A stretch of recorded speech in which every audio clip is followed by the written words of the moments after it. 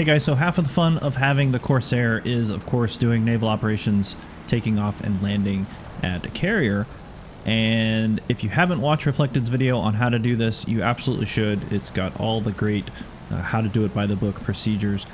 However, I know that some people are watching things like that and you're probably very intimidated. You're thinking, I can't do that. I can't maintain that low altitude and the turns and the angles.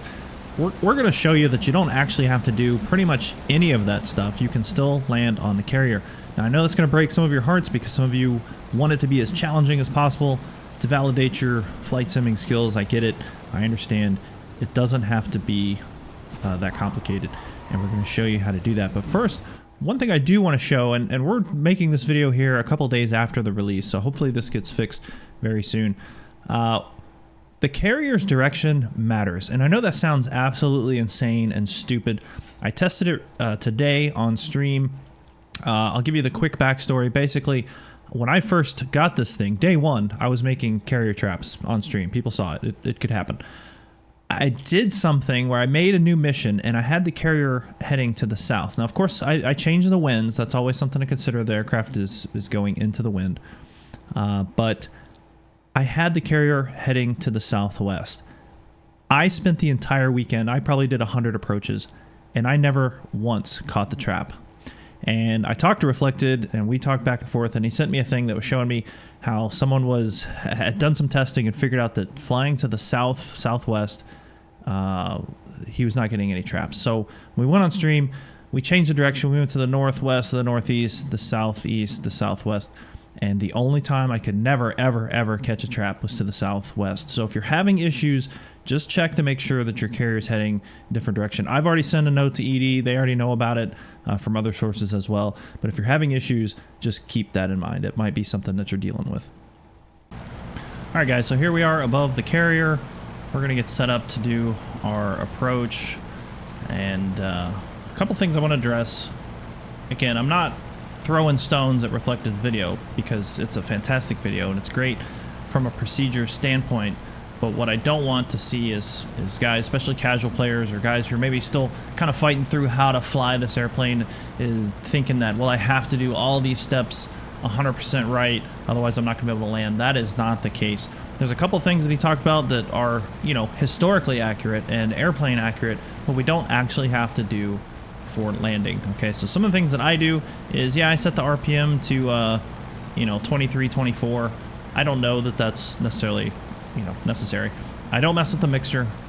I will unlock the tail wheel because if I do have to bolter, I want to have that option available to me. I don't change the fuel tank. I get why, but I don't do it. And yeah, I don't worry about the cowl flaps either. All right, the bottom line is, what do you need? You need gear, you need flaps, you need a hook, and you need to come from the back of the ship where the wires are, and the ship needs to be into the wind, and hopefully not in a direction that's bugged out that you can't land. Okay, so with all that being said, let's head on over and we'll get this thing going. Now, the real world procedure has a lot of altitudes and airspeeds.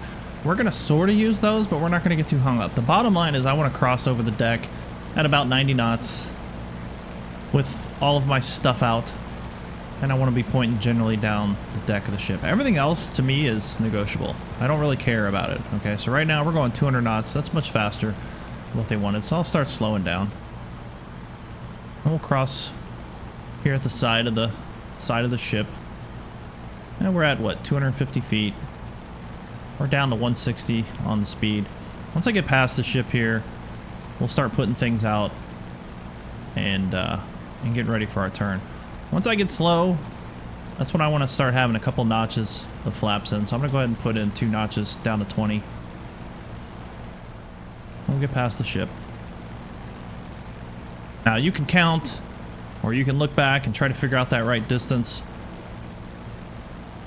Whatever you do, again, it's all about getting the airplane at the right spot at the end.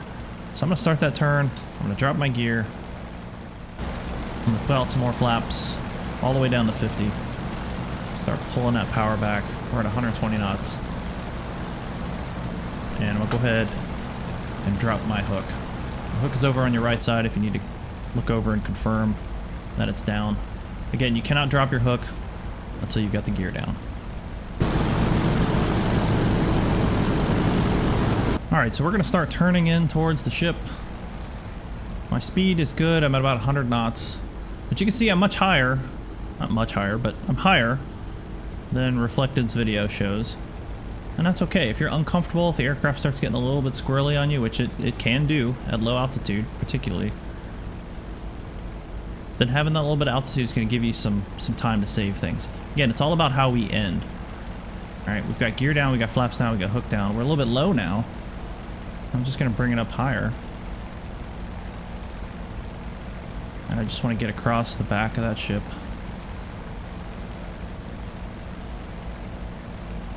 Alright, we're lined up now.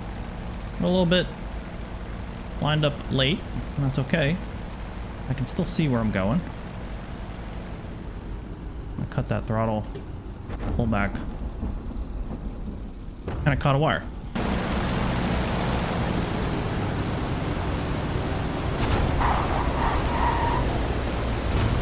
Was it beautiful?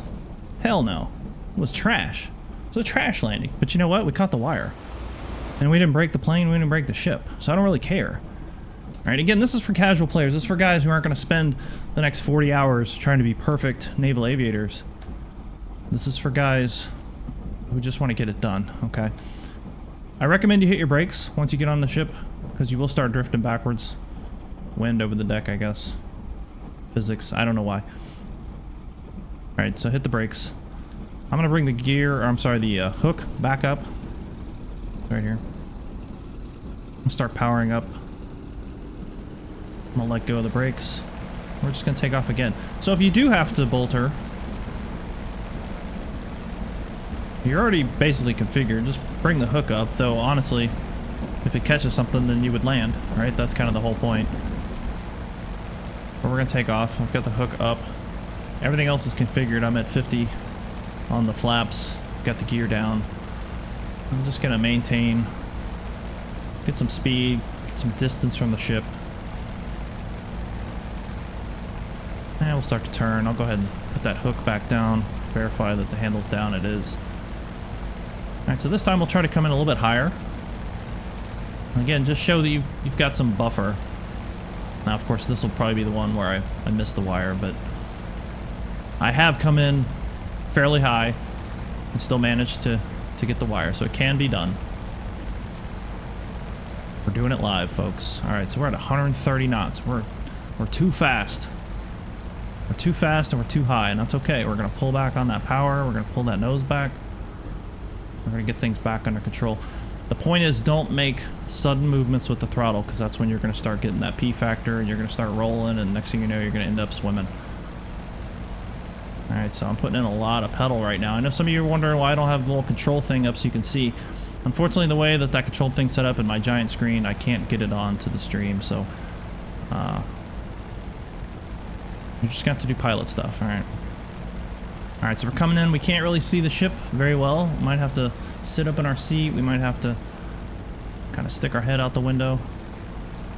I didn't open the canopy because I don't want the noise. Alright, so everything's good. We're at 90 knots. Okay, we're a little high. About 10 feet high. Okay, we're lined up good.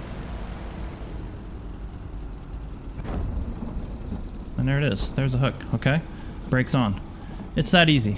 So, I think maybe for some of you who are struggling, one, you're struggling because the ship's heading in the wrong direction and that's a bug. I was struggling with it. But two, don't focus so much on all that nitnoid stuff. Just get over the deck around 100 feet, around 90 knots. Make sure your hook's down. You're going to catch one of these wires. Alright. Just, when you chop the throttle, don't pull it back real fast. Just close it, okay? Just at the sound of my voice, okay? Just close that throttle or pull it back. And even if you miss a wire, you'll probably still land. I mean, your closure rate on the aircraft or the aircraft carriers is not that great at that point. So you're probably still going to land, and that's okay. Just don't jam on the brakes and flip the thing up on its nose. Don't run into the big tower and the guns, and you're going to be living large. All right, guys. Hopefully this helps. Hopefully alleviates some issues. I know it made me feel better once I figured out that the direction thing was not me. But I appreciate you guys watching. We'll see you.